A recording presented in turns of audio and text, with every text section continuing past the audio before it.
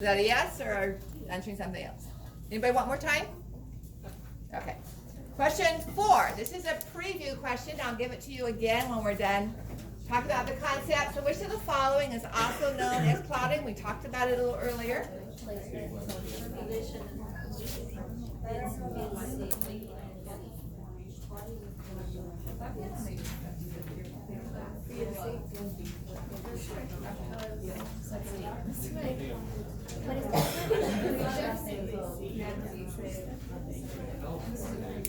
Well, obviously we haven't talked about this yet, so as I said, we'll look at the answer for this, we'll look at the question and answer again after we've covered the concept, okay? So these 3 steps fall under the category of hemostasis. And hemostasis, I can figure out what I do with my pencil. Hemostasis refers, stasis is not no movement. So hemostasis is the stoppage of blood flow.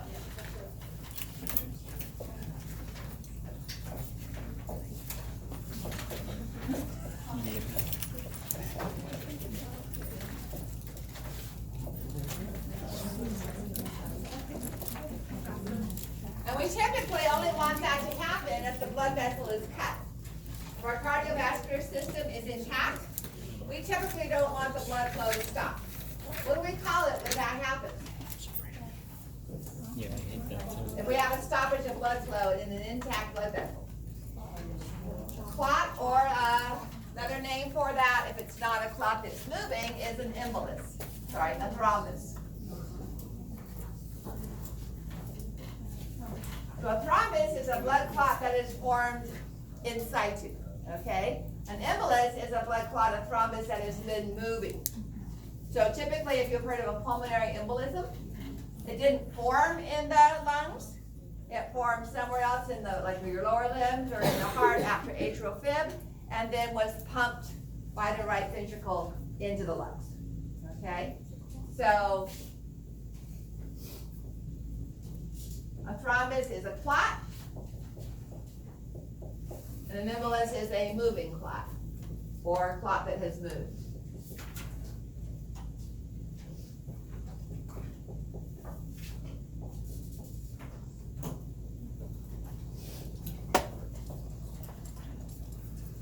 So these 3 answers, A, B, and C, are actually 3 steps in the sequencing of hemostasis. So my roommate or housemate, or it's her house and I rent a room, whatever that means I am. We don't share a room. Has Cutco knives, which I'd never heard of until we started doing a bunch of potlucks together. And you can get them sharpened for free. You just mail them back to the company. It's an American company. Oh my goodness. We had our Thanksgiving, family Thanksgiving. We got a house in Tahoe, and because my daughter-in-law was too pregnant to travel much. And I just moved the knife that had just gotten sharpened. I mean, I just literally brought it like 1 inch and sliced my finger. I mean, it was just moving it from one place to the next. So cutting a vessel triggers a reflexive response of the smooth muscle. Remember that sympathetic nervous system for any of our blood vessels except in the penile arterioles. And so cutting a blood vessel, just the actual fact of cutting it triggers that vascular spasm. Okay, it's a reflexive contraction of smooth muscle. Now, if you have a blood clot because you've been sitting on a plate too long, all right, and you have pooling of blood in your lower limbs, and the cells settle out, you may not have that vascular spasm. That's going to occur as a reflexive response to the cut, okay? Then, the second step is a platelet plug formation. And this can occur without the cut. Typically, our blood vessels, remember what the epithelium is of the tunica intima? Simple squeeze. Simple squamous, and it's smooth. However, if there is an irregularity in the surface, a fat deposit, atherosclerosis, fat building up in the smooth muscle, it's not on the surface, it's in the smooth muscle of the tunica media, causing an irregular surface, or if there is a cut and it exposes the collagen fibers just deep to the epithelium, or maybe external chemicals are released if the tissue is damaged. Any of that can cause the platelets to start to stick to the collagen or to the rough surface, okay? Once that happens, the platelets release these three chemicals: serotonin, ADP, not ATP, but ADP, and one of our icosanoids we talked about earlier in the semester, thromboxane, specifically thromboxane A2. And so those do a couple of things we'll talk about in a moment. They cause the vessel to constrict more, and they make the surrounding platelets even stickier, okay? Now there's a whole complicated series of events that occur there. Von Willebrand's factor is released and all sorts of stuff, but essentially it's a cascade where the first platelets to come in contact with the irregular surface, the collagen fibers, will become even stickier after the release of these chemicals and cause more platelets to stick, and it's again a cascade. That is not a clot. All right? Does that give you a clue to the answer to the previous question? A clot or coagulation does not even need any cells or formed elements. Plasma can clot without red blood cells, without platelets, without white blood cells. Remember we said plasma was without any formed elements, but what does it still have? We remove this next structure to call it serum. So what do we remove from plasma in order to call the liquid a sera or serum? Clotting proteins, fibrinogen, the different enzymes that activate it, okay? That's all we really need. So in coagulation, now if blood cells are present, the red blood cells and the platelets will get trapped in this mesh, but essentially coagulation is the precipitation of dissolved proteins into long fibers. My favorite biological material? Jello. Proteins that are soluble in water, but then they polymerize into long strands that are interwoven, and as it cools, the water is trapped between those strands and doesn't pour anymore, all right?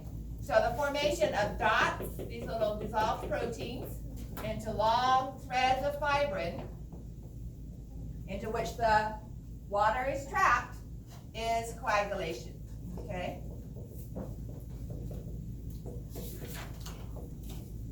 So typically our blood does have formed elements in it. So when you see a clot, it's going to have the red blood cells and the white blood cells and the platelets in there, but those are not required to be in there when the clot is actually to have an actual clot form.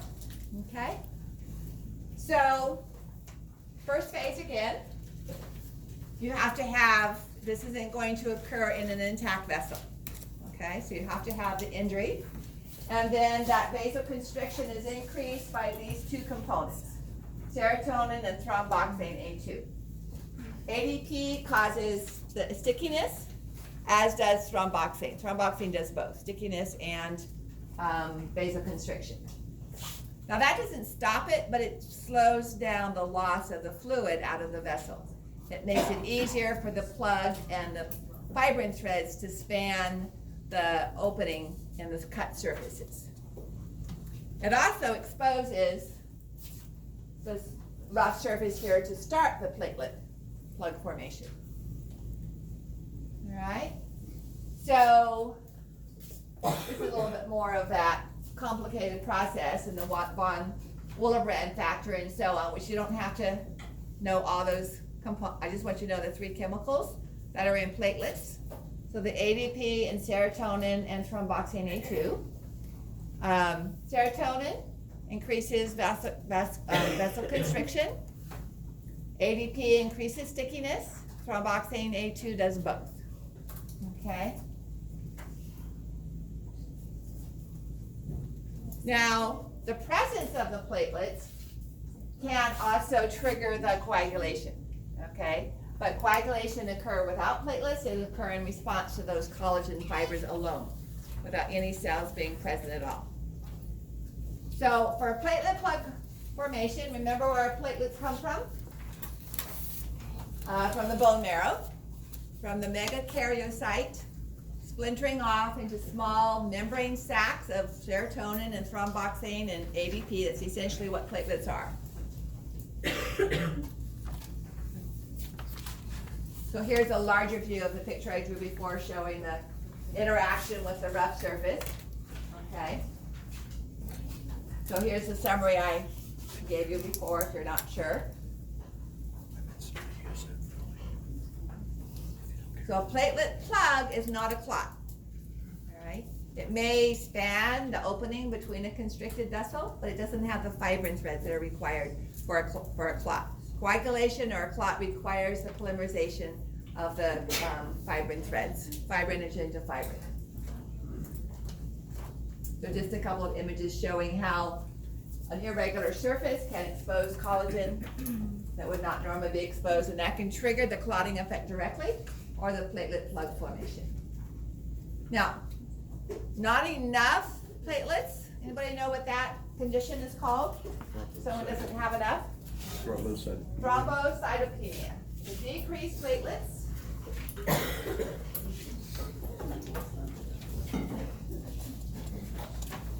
Not enough white blood cells was leukopenia.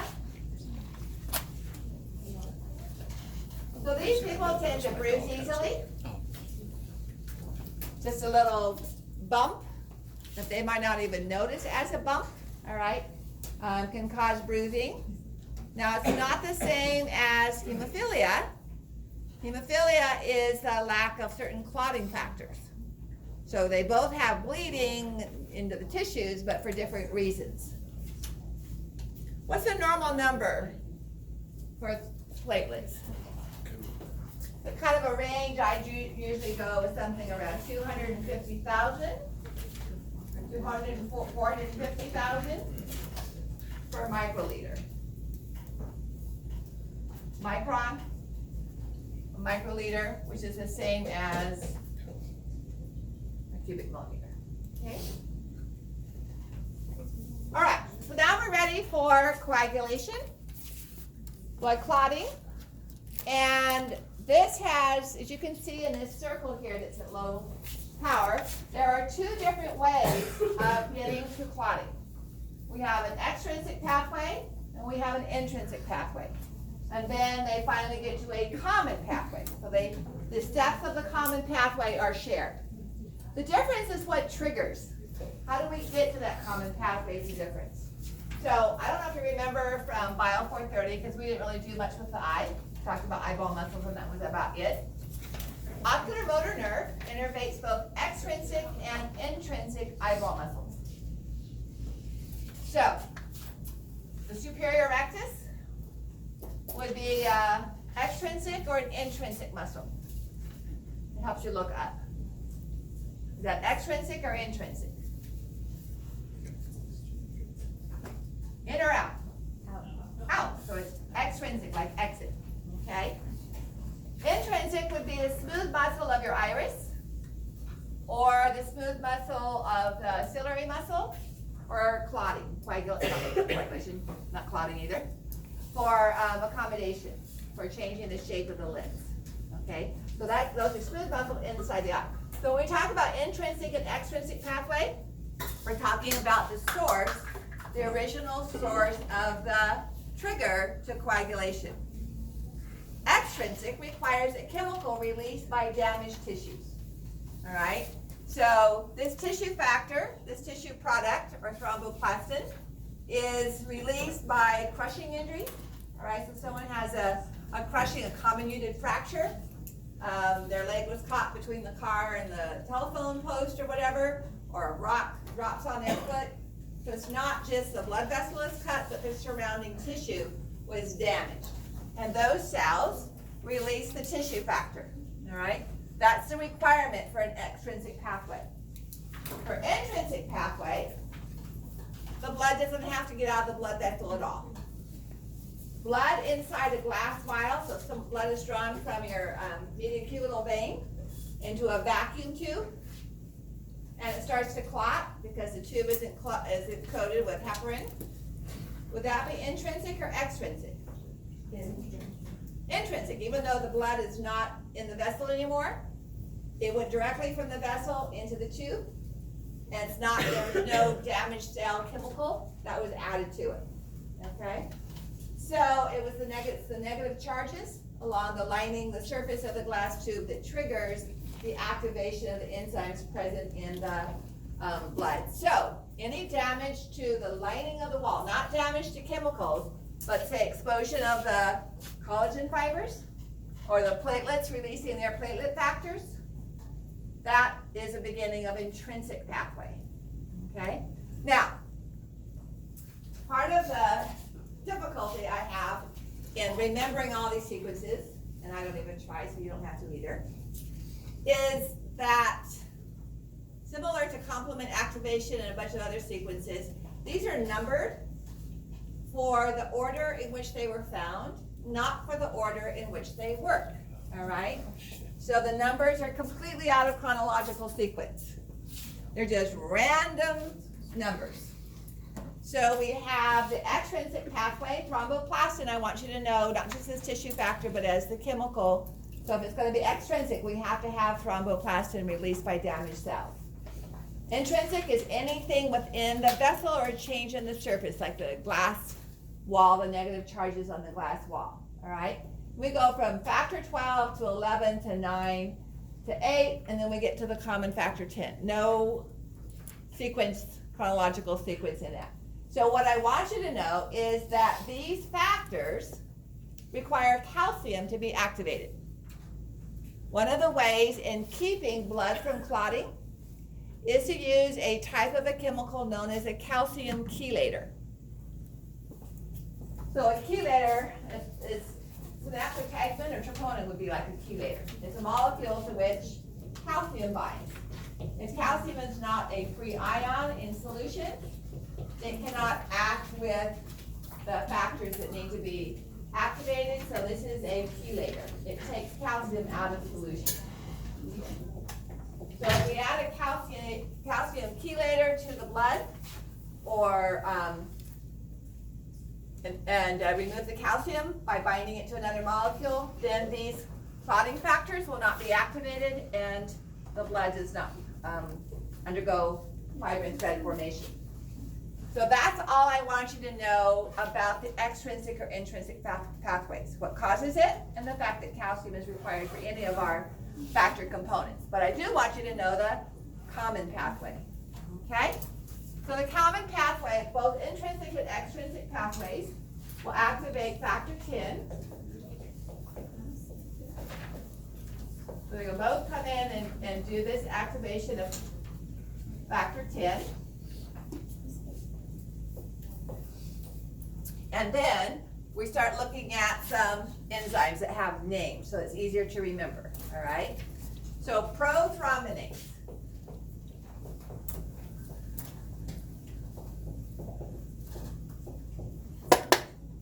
Is an enzyme activated by factor 10, along with calcium, that converts prothrombin to thrombin. So a lot of times what our body does to activate a molecule is to cleave off a sequence of amino acids. So it's not active in its whole state and it becomes active after certain segments of amino acids are removed. And that's what prothrombinase does. It takes off a sequence of components of prothrombin, and what remains behind is now an active molecule.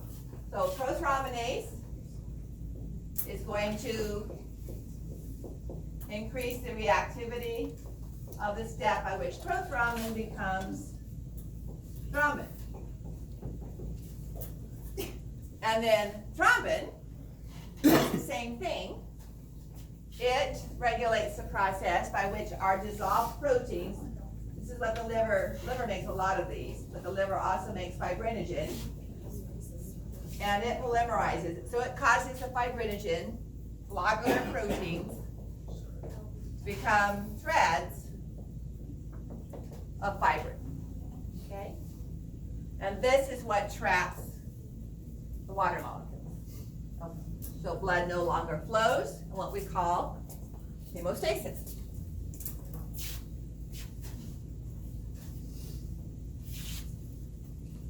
So one of the issues with someone needing a liver transplant is their diseased liver. Means that they're probably not making very many clotting factors, and you have to be able to have your blood clot if you're going to have surgery. Okay, so these are components that have to be added to their blood prior to surgery, because otherwise they wouldn't be able to stop the bleeding if the surgery occurred. I think I told some of, yes? Just a question. So on each one of those arrows pointing down, I should write plus calcium? Yeah. Okay. Or just understand that calcium is needed Is for all always this. involved in each Yeah. set. Okay. So I may have told some of you, I don't know if I did it in 4:30. When I worked as an RN, most of my favorite jobs were as a OBGYN nurse. And one of the last weekends, two sad things happened. I had a couple whose baby was born Marianocephalic. I told the 4:30 class about that after trying to get pregnant for 10 years. The baby was stillborn. Another nurse and I delivered him. But another case, the same week or two before I quit to move out here for graduate school, actually, as I think about it, so this is the case where the parents were trying, that mother was, the father was in the picture, where they'd been trying to get pregnant was the case I'm going to tell you about now, a long time ago. And the baby was stillborn, so they couldn't find a heartbeat on the day the baby was due. And the doctor's office, so the OB sent the parents over to the hospital. And fetal monitor showed that the baby was no longer alive.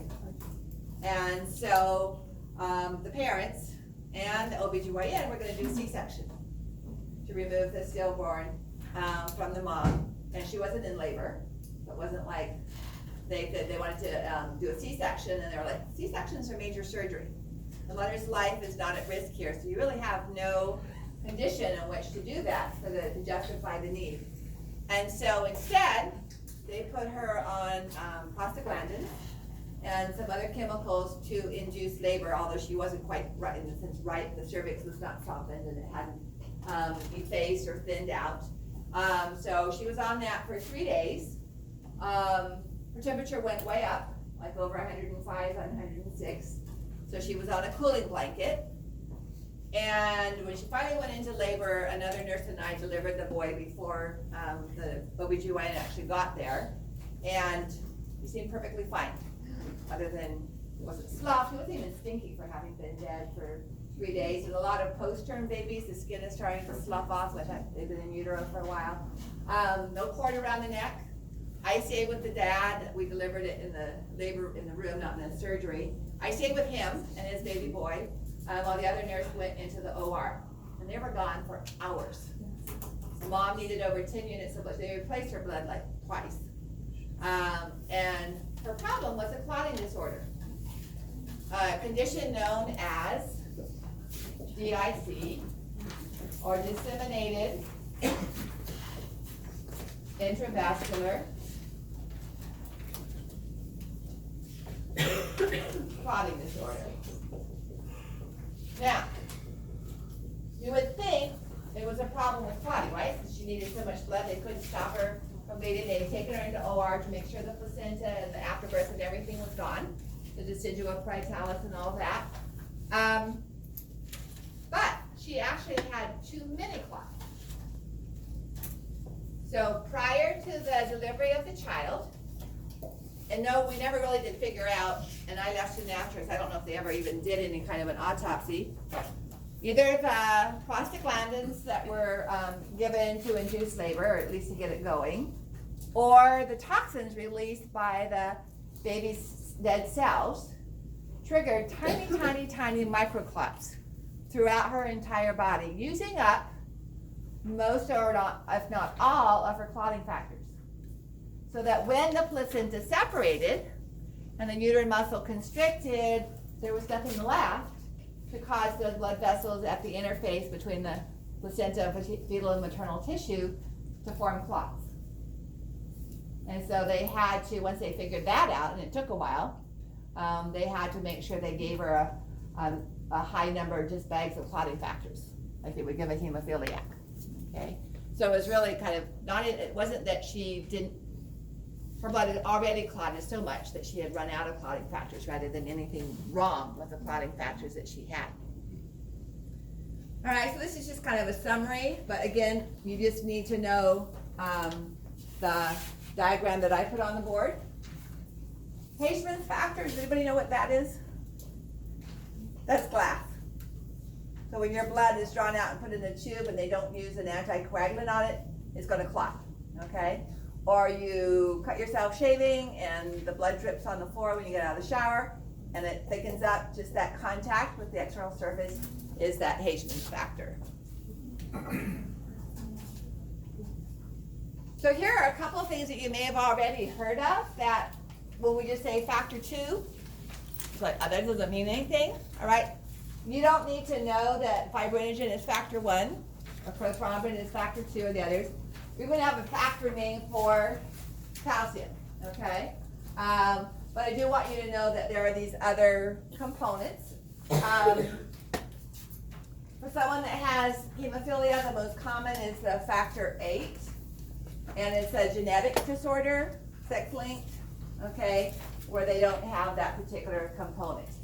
Now, there is an involvement here of the large intestine. Anybody know what the large intestine, which of these clotting factors is related to activity by the large intestine?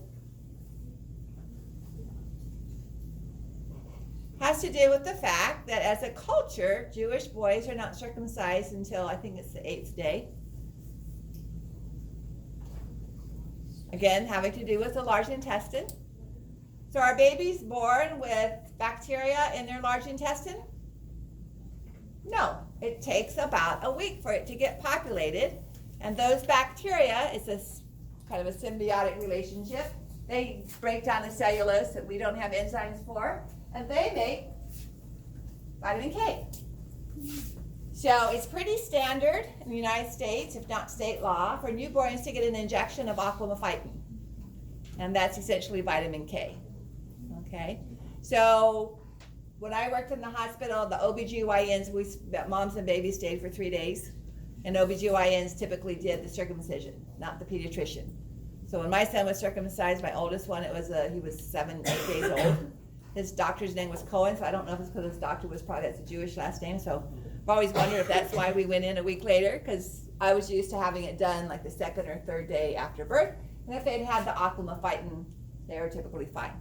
But for a baby to produce enough levels of vitamin K on its own, it takes about a week for the large intestine to become populated with the E. coli to make that for absorption. Okay? So you can see how much liver is associated with this. Now, we normally don't want the blood to clot. So sitting around in class for 5 hours, I get to walk around, and I know you guys don't sit entirely the entire 5-hour times. So we have a friend of the family who traveled cross country, 5-hour flight, and then went to the gym and had a blood clot go to his lungs. You're sitting in the plane for that long a time, you get dehydrated, plus the blood pools in your lower limbs. All right, so we typically don't want clots to occur just willy-nilly, okay? So, dilution of clotting factors, just the blood flow, all right, keeping the viscosity up.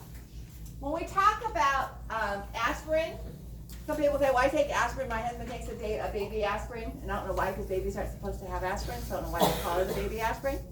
But it's like 81 milligrams. I think the pill is a baby, not that you give it to a baby, but it doesn't thin the blood. It doesn't add fluid. It doesn't change the viscosity as far as cells and fluid relationship, but it inhibits thromboxane, from keeping platelets from sticking to each other and so on.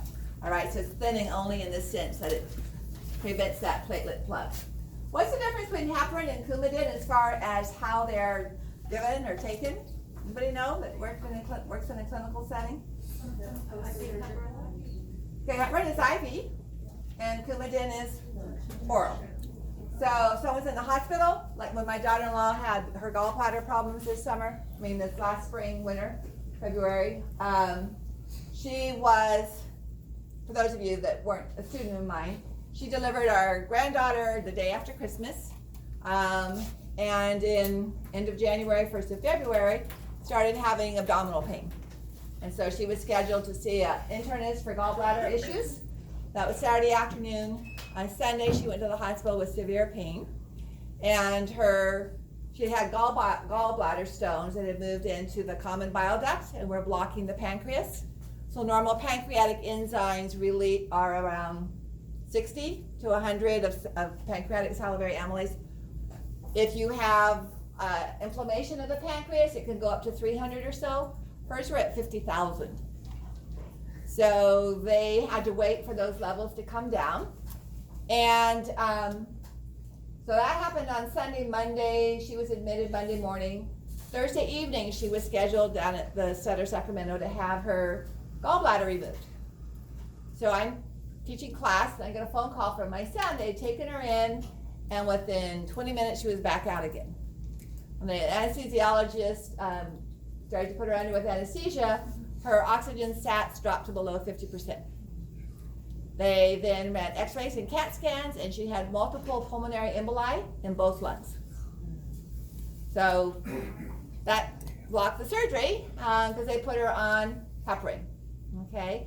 And it became a big issue because she was nursing, and there's certain types of heparin you can take and you can't, and measure them every day and all that kind of stuff. So this issue is not just for IV in the hospital, but if you've got someone that has an indwelling IV needle, maybe they're going to take antibiotics just twice a day. There's no need to hook them up to an IV all day long if they're just going to have the IV injection twice a day. And so heparin is used to clear the needle. You do have it before and after the drug to make sure it doesn't get blocked with blood coagulation and you have to start a whole new site again. We have a family friend who was driving up 99. This is back around 1990 or so, and very foggy. It's been a long time since it's gotten really foggy here, but it was early in the morning, very foggy. Caltrans was building a sound wall on the east side of 99 and just north of Elk Grove, and he looked in his rearview mirror and noticed a car traveling at a high rate of speed in his lane, and he was pretty sure she was going to hit him, so he started to move over to get out of her way. And he regrets that to this day because instead of hitting him straight on in the back, she clipped the driver's side of his rear end, which spun him around and into one of the Caltrans trucks and broke multiple ribs in his pelvis and a whole bunch of stuff. So he was in the hospital for about 3 weeks. They sent him home. He doesn't remember any instructions, although it's hard to believe that wasn't done. And the next day he started having chest pain. So a pelvis break is a very common fracture for emboli. Not necessarily blood clots because there's a lot of lipid fat out of tissues that get into the blood with breaks as well from bone marrow. And so the term is thrown. He had thrown a pulmonary embolus. Fortunately, his wife was on top of things, although she divorced him a few years later. She was still interested in enough of his care and took him back. And so he's on a lifetime. Okay, he has to take oral anticoagulants for the rest of his life. Streptokinase. Ever heard of this? We looked at an image of aneurysm. All right. And cerebral vascular accidents or strokes have a couple of causes, two major causes. One, a blood clot to the brain, and the other is a ruptured blood vessel within the brain. One, you want to break down the clot. The other one, you definitely do not. All right. We have my husband works with a woman in Denver who a year ago last summer, her husband has a weak heart. She ended up having a heart attack, and she was on blood thinners, not Coumadin, but I forget the name of it. It's a common one, but I forget it right off the top of my tongue. So she was visiting. She was on a business trip in St. Louis, and came back from a meeting and dinner and went up to her room. So I told her friend she had a really bad headache. Went up to her room, called her friend, and said, I think you need to come up here. Fortunately, she had left the door unlocked. And The friend could tell she was in trouble, took her, she didn't think the ambulance folks could come up the elevator, she totally forgot about the freight elevator. So she took her friend down, the friend promptly threw up all over her in the elevator. And when the paramedics came, because she had been out to dinner, they thought she was just a drunk. And her friend was pretty persuasive and knew the town and took her to the best stroke hospital in town. And they ended up removing part of her skull to relieve the pressure. But she had been on, I think it was Xarelto or something similar to that. And so you would think they would take her off of that because as a blood, thinner, and they did, but they never keep them off because she was at a higher risk for a blood clot she actually had both types of strokes. Her original stroke was the thinness of the bleeding from that, but she also had a blood, so you're left with damned if you do and damned if you don't. And there's no medical protocol to say how soon or what is the dosage for putting them back on the blood thinner, but they always do. Because usually the stroke risk is higher than the aneurysm risk, okay? So these are just some of the things that are gonna be used to prevent clots or to break down clots that are occurring. Okay, question 5. Coagulation, which occurs after blood is drawn into a glass tube, and we talked about this, would be identified as an example of intrinsic or extrinsic pathway. So you want to think about what is the original cause. Is the cause a chemical release by damaged tissue, or is the cause a change in the surface of the vessel or whatever the blood is exposed to? Okay? Extrinsic always has a chemical. That's what I was gonna ask you, when you said that to draw blood and you put it in a tube, that was considered, That's what I said. but when you. But you're not crushing, so the needle's going directly into the blood vessel. But it's a damage. You're not, to the vessel. but you're It's not, a damage to the vessel. Okay. the damage comes from the connective tissue around the blood vessel when those cells are damaged or inflamed. So that's why I said a crushing injury. So that was. Okay. Yes, Can we go to question number 4 real quick? sure. I said we would go back to it, and I think I actually have it repeated. Yeah. Oh, That's Was it 3 or 4? I think I changed it after I organized when I wanted to do the blood clotting first. Same question, just a different number. it's As I reorganized the order of the lecture notes to do the blood typing first. So I said we would go back to this after we talked about what was happening, okay? It now makes sense. so it's just like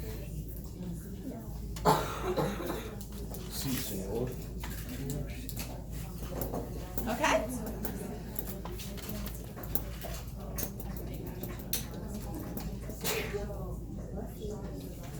All right, we talked about thrombus and embolus already.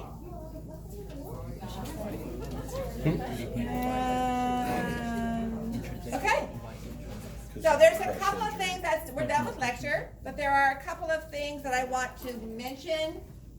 But I thought I had the slides, so let me go back to the blood cell slides to see if I have it on that. so when there's like an accident type of injury, it's the intrinsic pathway. Like crushing or breaking. That's extra. Okay.